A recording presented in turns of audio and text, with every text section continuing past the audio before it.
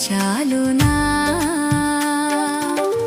గర్భఫలమైన నా జ్యేష్ఠ పుత్రుని నీకిచ్చిన చాలునా గర్భఫలమైన నా జ్యేష్ఠ పుత్రుని నీకిచ్చిన చాలునా